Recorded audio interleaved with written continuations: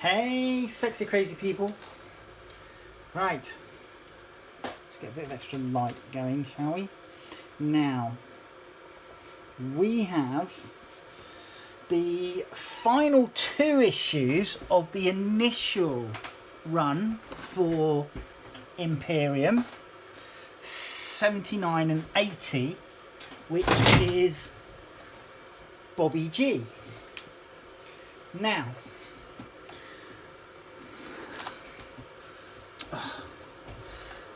right, so 79 and 80, it's Roboute Guilliman.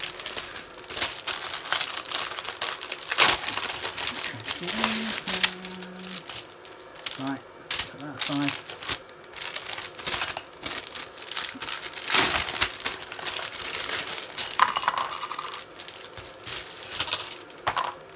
Let's get those on the floor. Put that aside. Here we go. 80, 79. Doing these together because it's one kit. Bobby G. Right, learn about Guilliman. Build Roboute Guilliman. The Rogue Trader returns. Now, here we go. Roboute Guilliman, the Avenging Sun. So, Roboute Guilliman was the Primarch returned.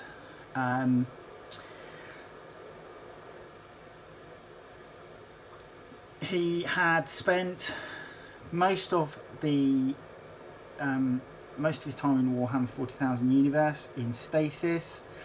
He'd been previously mortally wounded by his brother Fulgrim, and then he was kind of like brought back to life with a bit of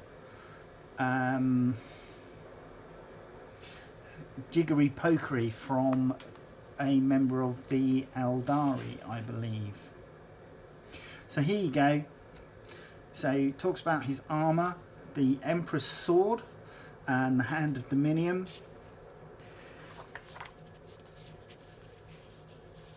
You then have his battle record and his titles. So he's Primarch of the Ultramarines, Avenging Sun, Lord Commander of the Imperium. We then have some blurb for him. This one is for our heroes. In our red section, 01 for Space Marine heroes.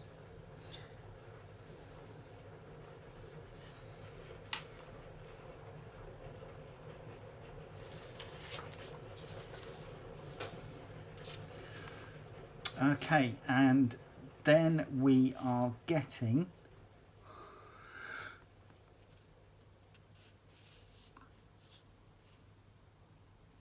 Warzone section again, phase 2 for the Obelisk and Lyrak campaign. So more information on that. Then we have Rogue Trader, the Price of Vengeance. What's this about? Ship's record, a well-earned rest. Even the most motivated and dedicated crew cannot be worked to the bone without consequence. Our travels of late have involved many arduous warp jumps, as well as a number of encounters with pirates, raiders and other foes. A good captain must sense the mood within her fleet, and I sense trouble brewing. With our coffers full and our hold empty, it seemed a perfect time to find a relatively quiet region of space for some well-earned downtime. Thus it was I ordered course set for Reth, a pleasure world frequented by the nobility, covered in smooth, calm seas, dotted with island chains. Reth possesses a rare beauty for an inhabited imperial world at least. Whilst my crew experienced a high life for a few days, I will be able to make potentially profitable contacts within the nobility. Unbeknownst to me, however, our visit to Reth would set in motion a course of events that would see my fleet called into imperial service and my vessels and crew once again being put in mortal danger. It seems that in this galaxy, at least, there can be no respite from conflict. Captain Sonora von Hart.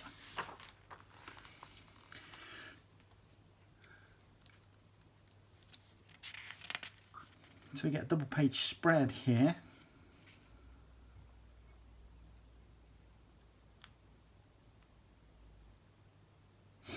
Just talking about what happened to interrupt their shore leave and then what they did. Battle of Helaxia. So battle begins, boarding action, victory. Okay.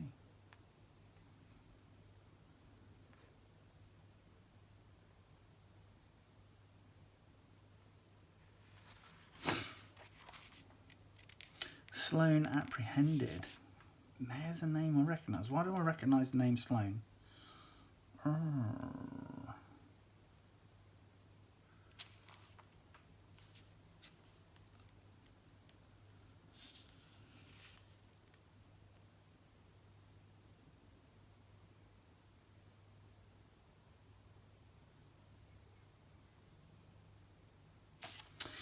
Anyhow, here we go. We got our how to build Roboute Guilliman. So they're suggesting that you don't stick his head in to begin with, so it's easily painted. They're also kind of suggesting that you cover up any areas which would ordinarily be used to glue other items to the base or model. With a bit of blue tack, so that when you do come to glue it, you've got good sound, good clean plastic to glue into. But here we go. Now, I always imagined the Primarchs. You get the stories, and they always talk about that the Primarchs were bigger than the biggest Space Marines and stuff like that. But actually, when I look at Roboute Guilliman, I don't actually see, he's not that much bigger than Space Marines, etc.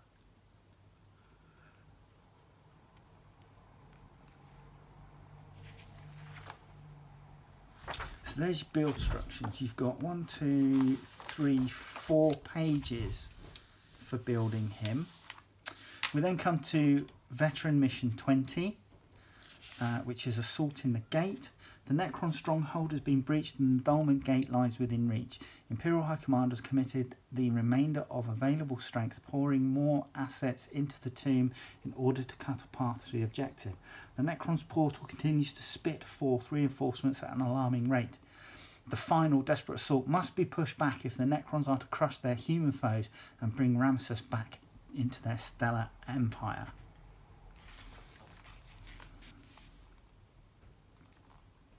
So we're getting Bobby G's getting involved with this one. Necrons overseeing the legions, the overlords of the Necron invasion force remain confident of victory. The humans' final assault reeks of desperation. After all, armies comprised of living warriors cannot hope to reinforce as swiftly as those formed from living metal. Still, only by leading from the front can ultimate victory be assured. The Primarch's plan. On this occasion, only brute force and belligerence can win the day.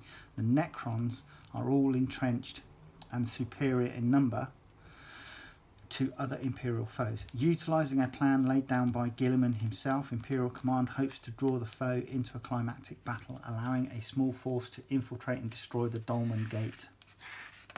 So it looks like we're going to be having all of our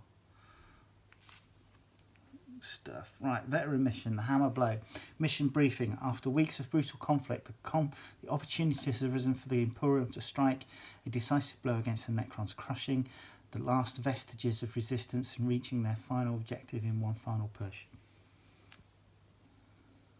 Necron player is the defender, player E and player A in this mission. The defender places 8 objective markers, one after the other, anywhere on the battlefield. That is more than 9 inches away from any battlefield edge and more than 9 inches from any other objective marker. No more than 4 of these objective markers can be set up wholly within the defender's deployment zone. The remainder must be set up more than 3 inches from the defender's deployment zone at the start of the battle, and until they are controlled by the enemy, all objective markers on the battlefield are controlled by the defender, even if the defender has no models within range of them. Okay. Right, so you're looking at 75 power. You're playing with all 4 of our battle mats. And yeah, so player A looks to have one long half of the board, as their deployment zone. Then there's a 12-inch gap, and then player B has the remainder of the battlefield edge. Okay, the War for Ramses isn't over yet. The War for Ramses system continues in issues 81 to 90. So for those of you that have been following Foehammer and other channels, we are getting more minis. We're getting 10 more issues, which gives us 8 more minis. We're going to get a Redemptor Dreadnought. We're going to get the Paragon War Suits for the Sisters. We're going to get another Inquisitor. We're going to get a Skitari Marshal, and then we're going to get 2 Necrons. I believe one's called Zarex the Illuminor, and the other one is the Hexmark Destroyer, the one with all the guns. So it looks like from 81 onwards, we'll have a slightly different mission to play. Right, let's have a look. Ta-da! How to paint. Straight in with a how to paint. How to paint Bobby G. There we go. So yeah, they're going to layer him up, unsurprisingly, with Macragge Blue. You could just spray him with Macragge Blue if you so wanted.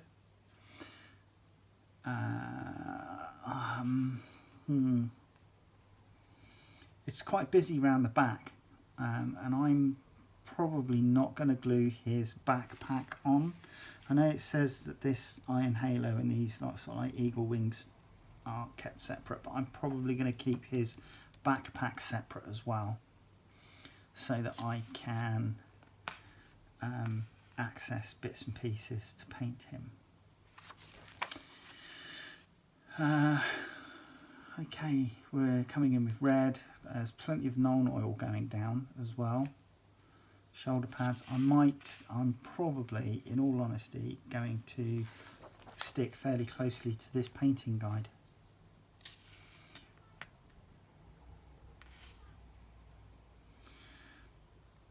Okay, and painting the Emperor's Sword is going to be the tutorial that I want.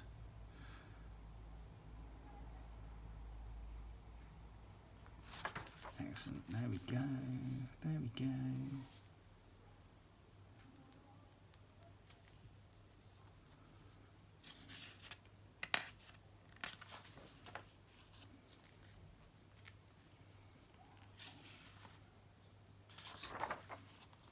And then the base. So because the base is quite intricate as well, the base is actually a significant portion of the plastic on the sprue, and then the flames, etc., and then assembling the final assembly for Guilliman. Right, there you go. So Roboute Guilliman, he has a movement of 8 inches. He's weapon skill 2+, ballistic skill 2+, strength 6, toughness 6, 9 wounds, 6 attacks, leadership 10. He's got a 2-up save. Roboute Guilliman is equipped with the Emperor's Sword and Hand of Dominion. You can only include one of this model in your army, so you only get to have one. Hand of Dominion shooting 24 inches, rapid fire 3, strength 6, -1 AP, 2 damage. Emperor's Sword, melee, it's +2 to strength, so he would be strength 8. It's -4 AP, 3 damage. When resolving an attack made with this weapon, an unmodified wound roll of 6 inflicts D3 mortal wounds on the target, in addition to any other damage. So you have the opportunity, if you roll well, to inflict serious damage on the enemy. And then the Hand of Dominion, which is the Power Fist, is twice the user's strength, so that would be strength 12, -3 AP, damage 4. Abilities, he has Angels of Death, Armour of Fate. This model has a 3-up invulnerable save. That's really good. Like, so, like mortal wounds and can you use your 3-up invulnerable save for mortal wounds? I can't remember. Probably not. But yeah, anything which would ordinarily destroy his saving throw, he's got the 3-up invulnerable save. Author of the Codex, so for the background fluff, Roboute Guilliman was the person that wrote the Codex Astartes that the majority of Space Marine chapters adhere to. Master of Battle, Aura, add 1 to advance and charge rolls made by friendly Imperium units whilst they are within 12 inches. 13th Primarch, Aura, you can re-roll hit rolls for attacks made by models in friendly Ultramarines core and Ultramarines character units whilst their unit is within 6 inches of this model. And the Avenging Sun, if your army is Battleforged, this model must be your army's warlord, even if another model in your army has a rule to this effect. There you go. Guilliman's command detachment. Restrictions, you can only take Guilliman's command detachment in 75 and 100 power veteran missions. Command benefits, none. It's Lord of War, apparently, for Guilliman's command detachment. And it costs you 3 command points.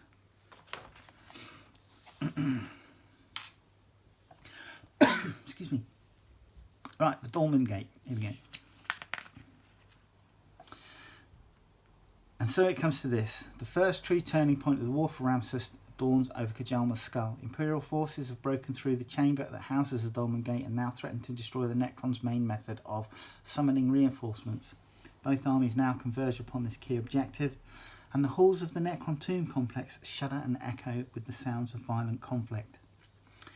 Duel of Champions. Whilst the Necron Overlord meets the Space Marines leader in single combat, the rest of the Necron force surges into the vast chamber, ordered to annihilate their human opponents and hold them back long enough for the captain to be slain. Without their leader, the humans will surely break.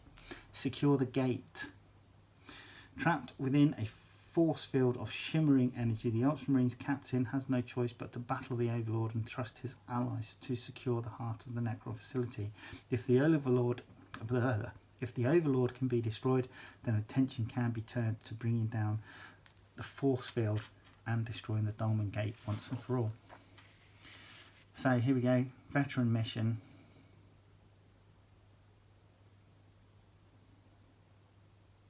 Duel beneath the gate.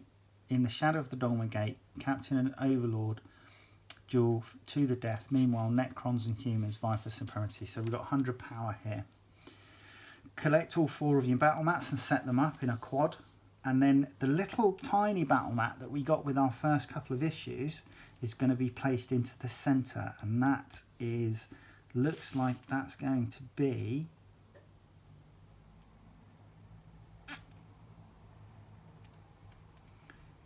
where the duel zone, so before the battle begins, the primary captain and Necron Overlord are placed within the duel zone. So that's that. Cool. That's quite cool. Like it.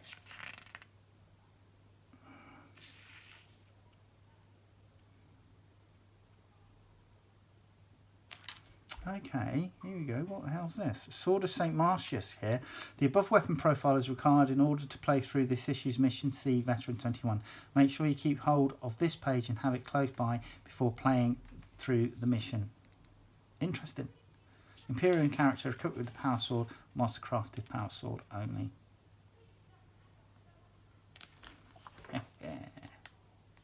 And then we get our first 2 Nundams. That's cool. Let's have a look at the plastic. I'll bring you down for this. Come on. So if I remember rightly, Bobby G was released as part of the build-up towards the 8th edition, and it's a 2017 sculpt. 2017 sculpt. So you get... he's a character, and he comes on obviously these 3 sprues.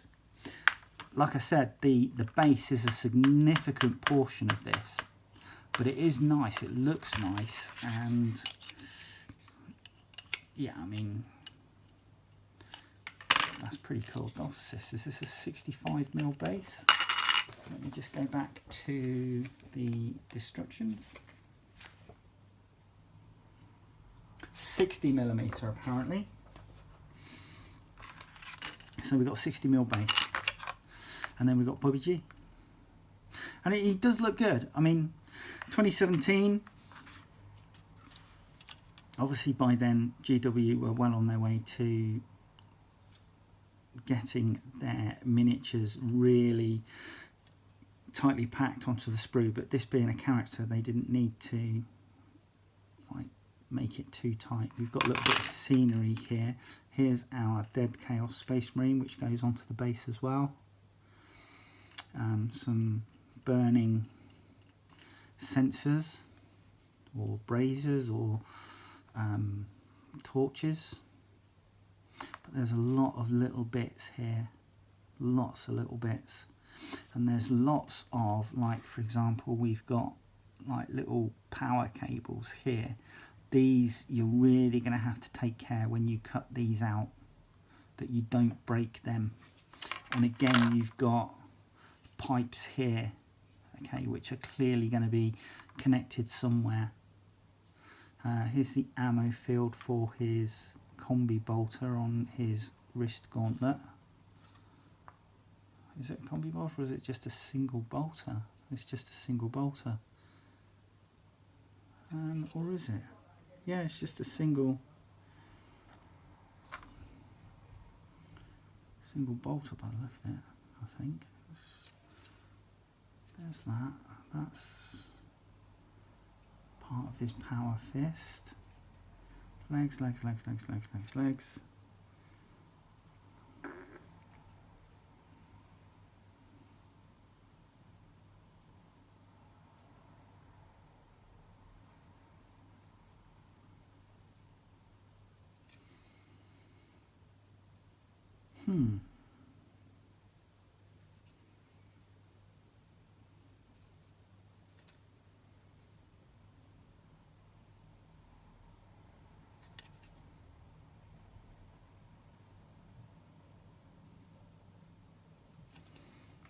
Okay, so I think the weapon attaches to the side of his power fist there. But yeah, this is, I mean, we've got front and rear pieces going onto his lower leg armour.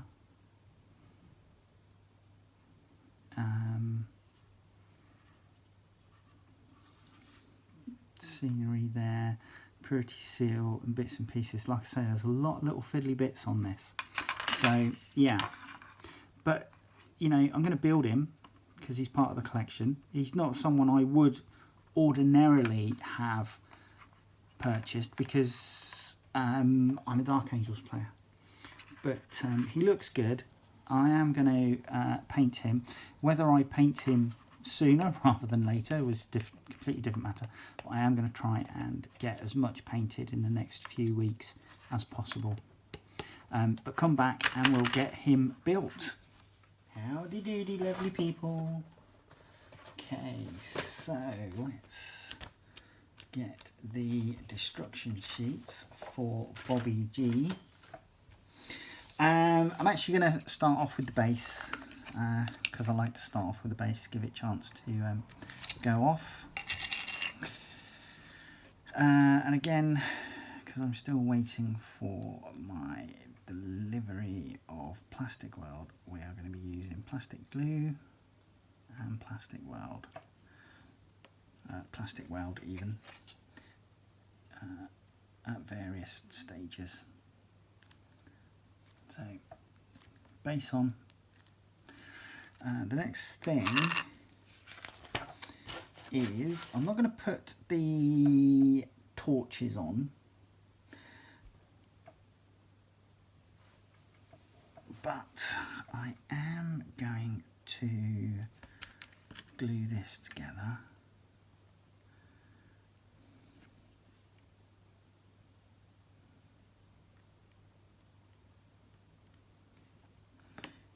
Which is the Imperial Aquila head. And then I'm going to stick that to the base as well, so that glues on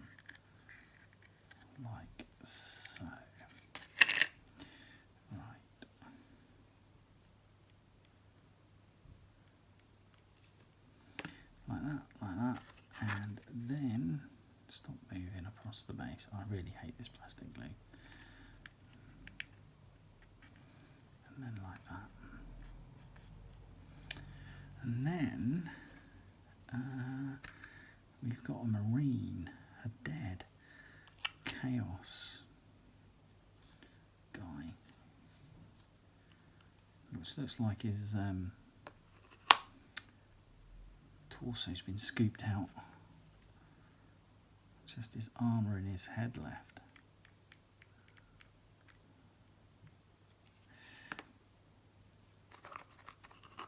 Oh, come on.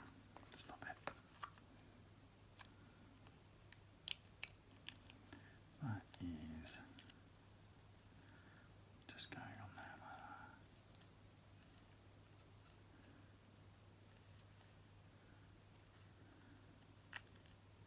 that. No, it's going on there like so. There you go. Right, it's on. Right, so that's the base for now. That can be going off in its own little time. Now we start off with the collar for the backpack and better.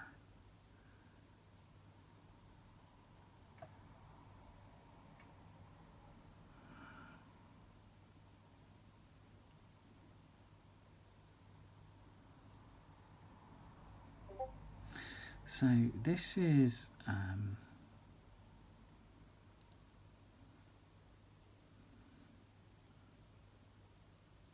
real pain in the arse to try and decipher.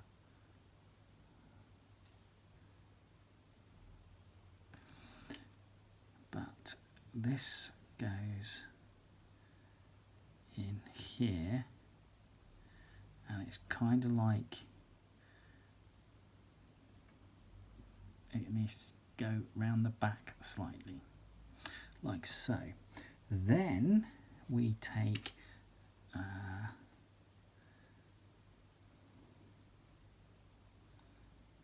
this piece and it goes up inside like so.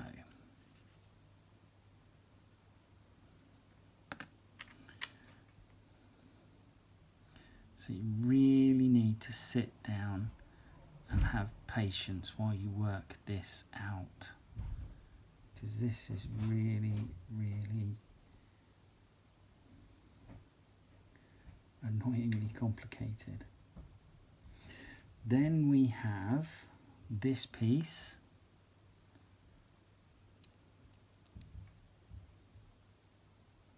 which goes on and forms part of the front of the collar, like so. So, contact, contact, I think it was contact down there.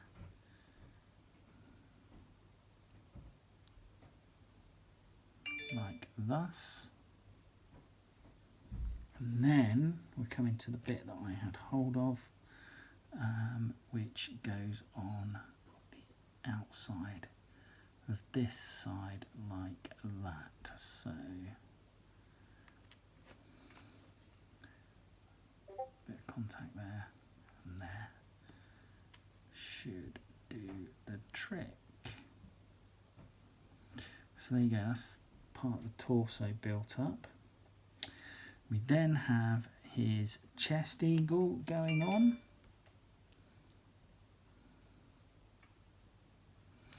And I must admit, apart from this first bit, a lot of this, there's like tabs and slots, which makes it quite easy to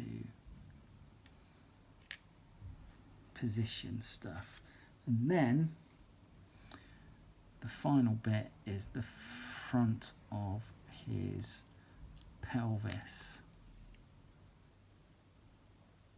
which goes in there like so, and does this. So, torso.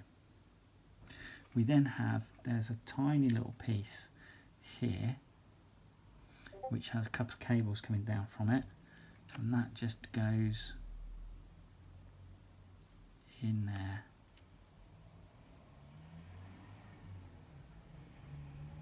Like that. And that's what we have, the first parts.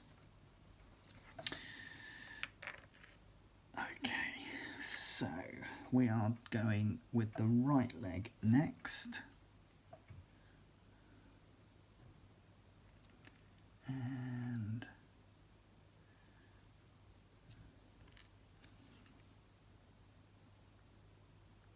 goes on there, like so. Then the front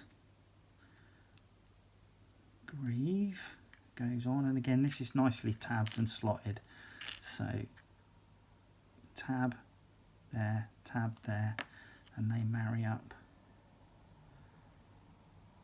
on the inside like so. Okay, then we have a single tab on the back,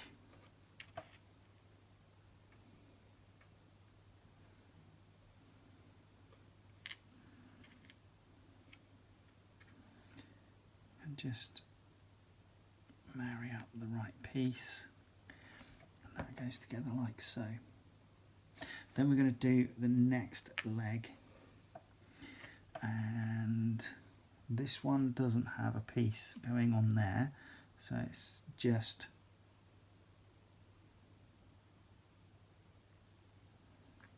tab,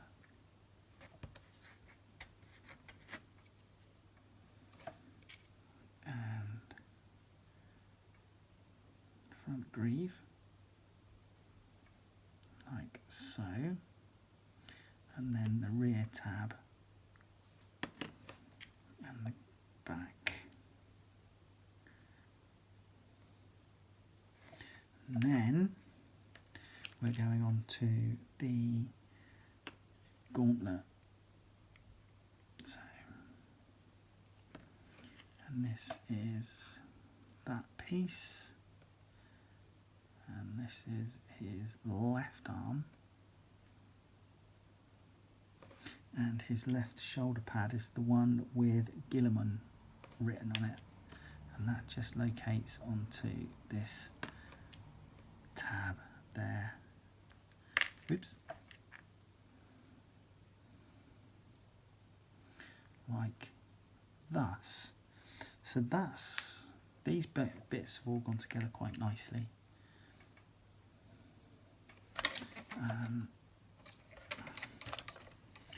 Now,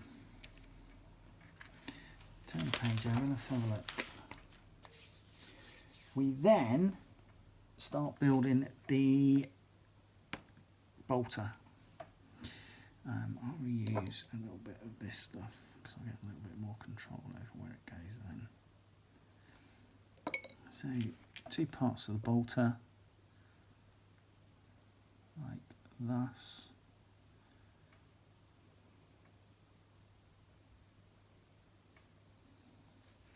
And this locates into a tab here,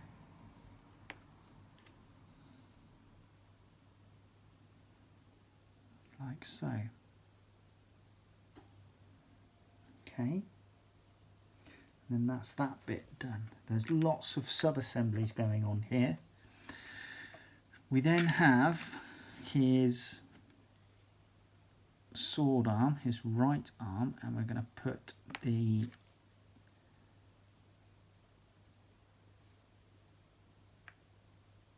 Aquila on, like so. And then I'm going to use the plastic weld for the Emperor's sword.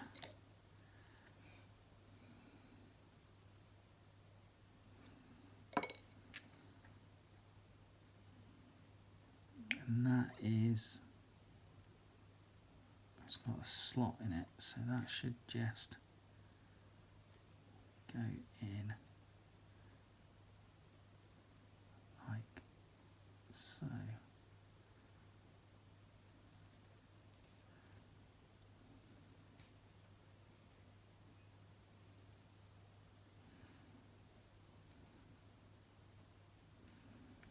Okay, this is being a little bit awkward for some reason.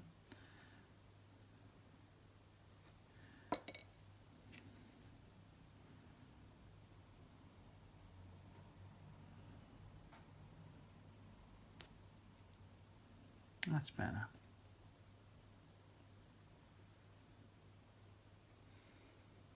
Right, that can go to the side. Then we're going to start doing some bits and pieces on the backpack. First of all, we're going to put this kind of like reservoir tank on.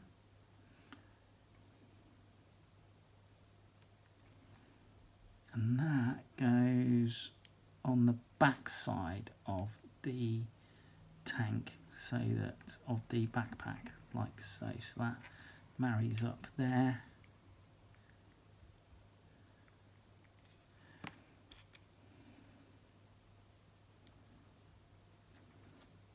And then the cable connects just at the bottom.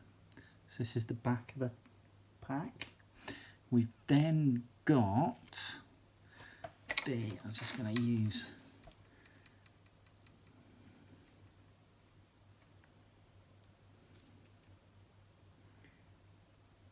then got the ammo feed, which goes on.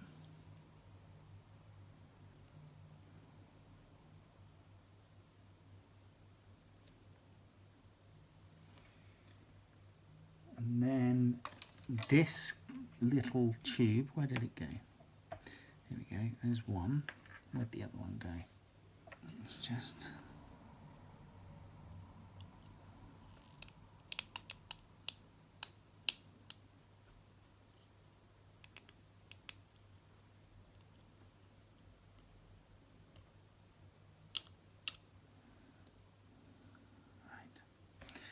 Very annoying. The cable I'm missing though is on the back, so it's not too much of an issue. Right. Cable on the front.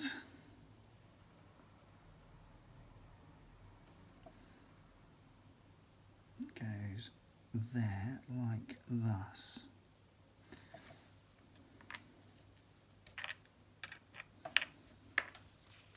Ah, there it blows. There it blows. Right, let's just get that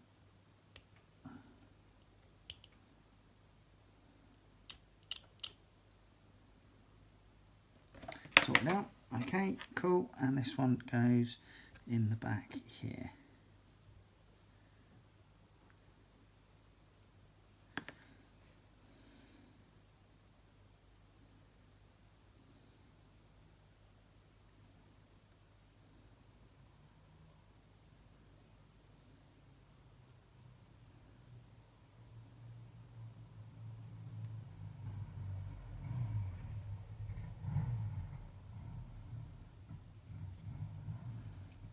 Okay, right, so that is the backpack done, the arm done. Right, let's start gluing legs on. And in all honesty, I'm going to start using the plastic weld to make sure that these go together as they need to.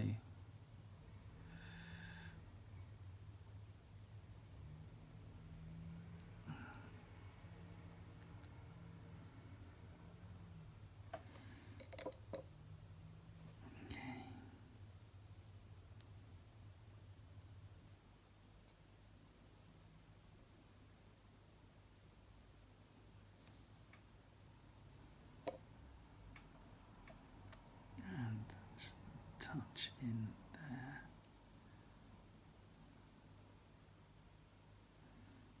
Like so. Then the other leg, that's keyed, so that's only going to go on one way.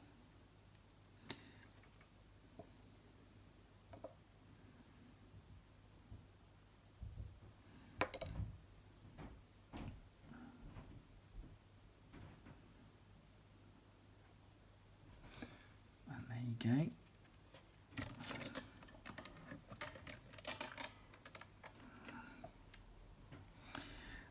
Right, so this is what we look like at the moment. We've got 2 legs on. So we've got the required number of legs. Let me just check and make sure that that is, yeah, that's correct. And then it's then saying glue the backpack on.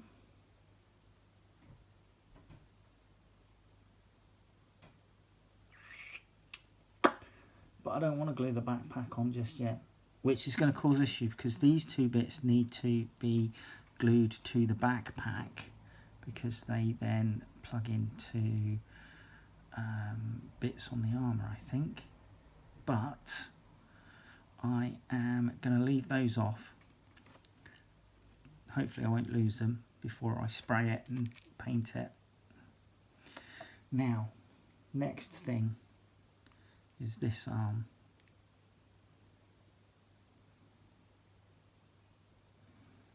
And that's a nice firm positioning with the keying here.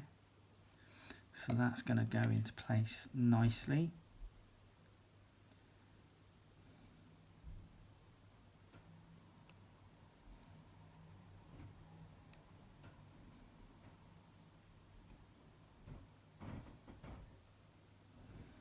Like so. Nice sword. There you go. And then the other arm with the gauntlet goes in there. And that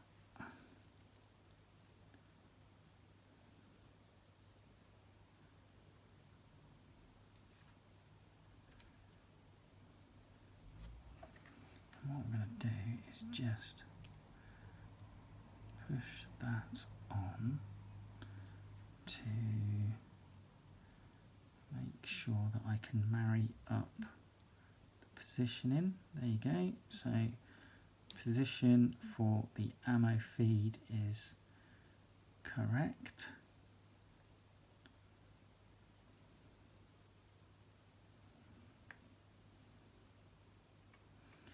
Excellent. So that'll be nice when it's glued together. Now, I'm going to just stick him in his base, but not glue him down. So that's that, pretty much. These parts are going to be kept separate.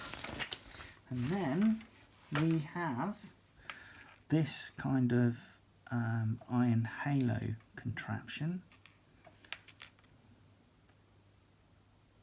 I've just spotted there's a tab right in the middle of this that needs to be removed. I've only just spotted it.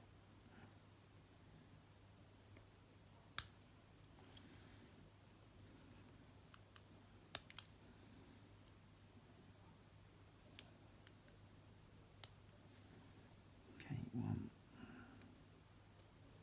2. And this is shaped so that it goes into a notch here. It kind of forms the beak, and the iron halo is being held in the beak by the look of it.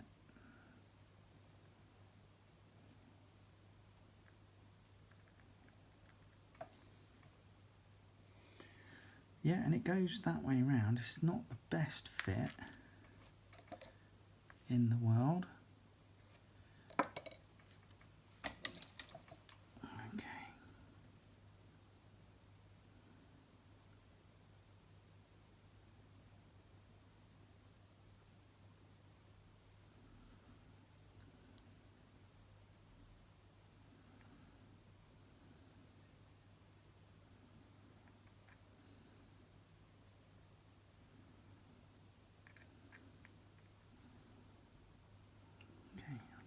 that is upright.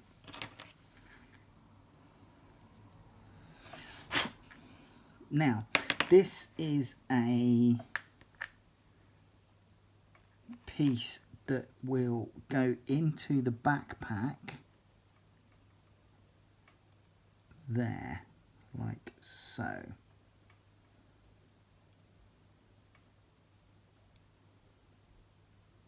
So,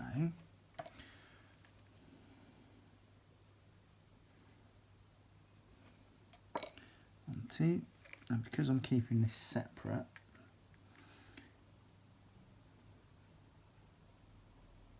the backpack's separate, completely separate. Not gluing it on. That is fine. So when that goes on, like so,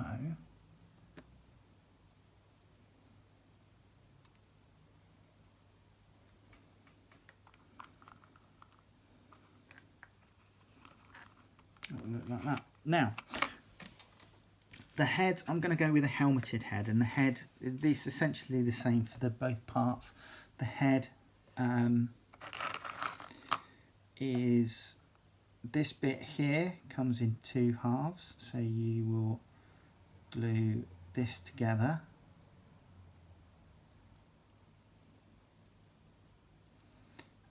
So like I said, I'm using the helmeted head, so I'm going to glue, and then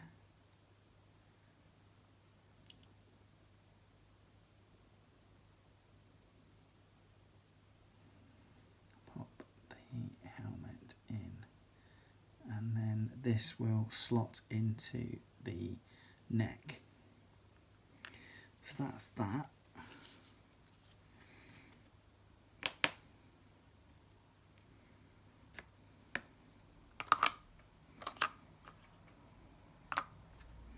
Whilst I've got the backpack on, I might try and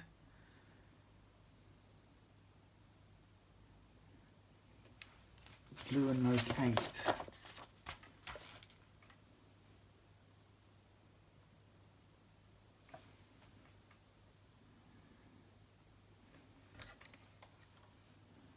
now. Here we go. So this one has a tab on it at one end, which is handy. So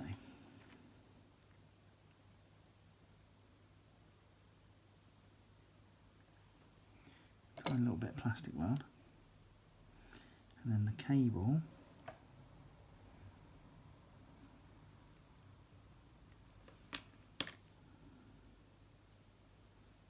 can slot in to there, and then on the other one there's a round tab,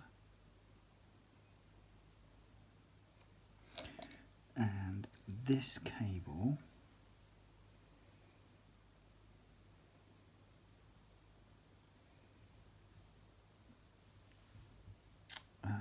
right, so this is awkward, so let's relocate this.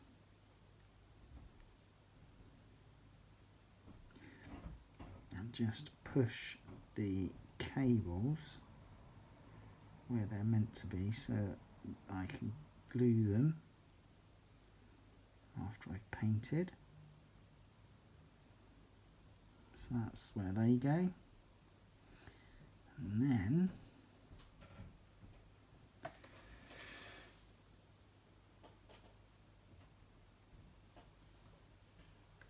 this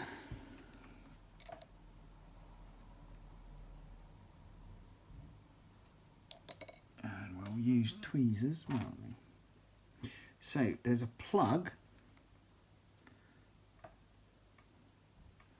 at one end and it's flat on the other end, and the plug goes into the backpack and then the flat bit goes to where it needs to connect. So yeah, there you go. That's Guilliman. Let's pop him on his base.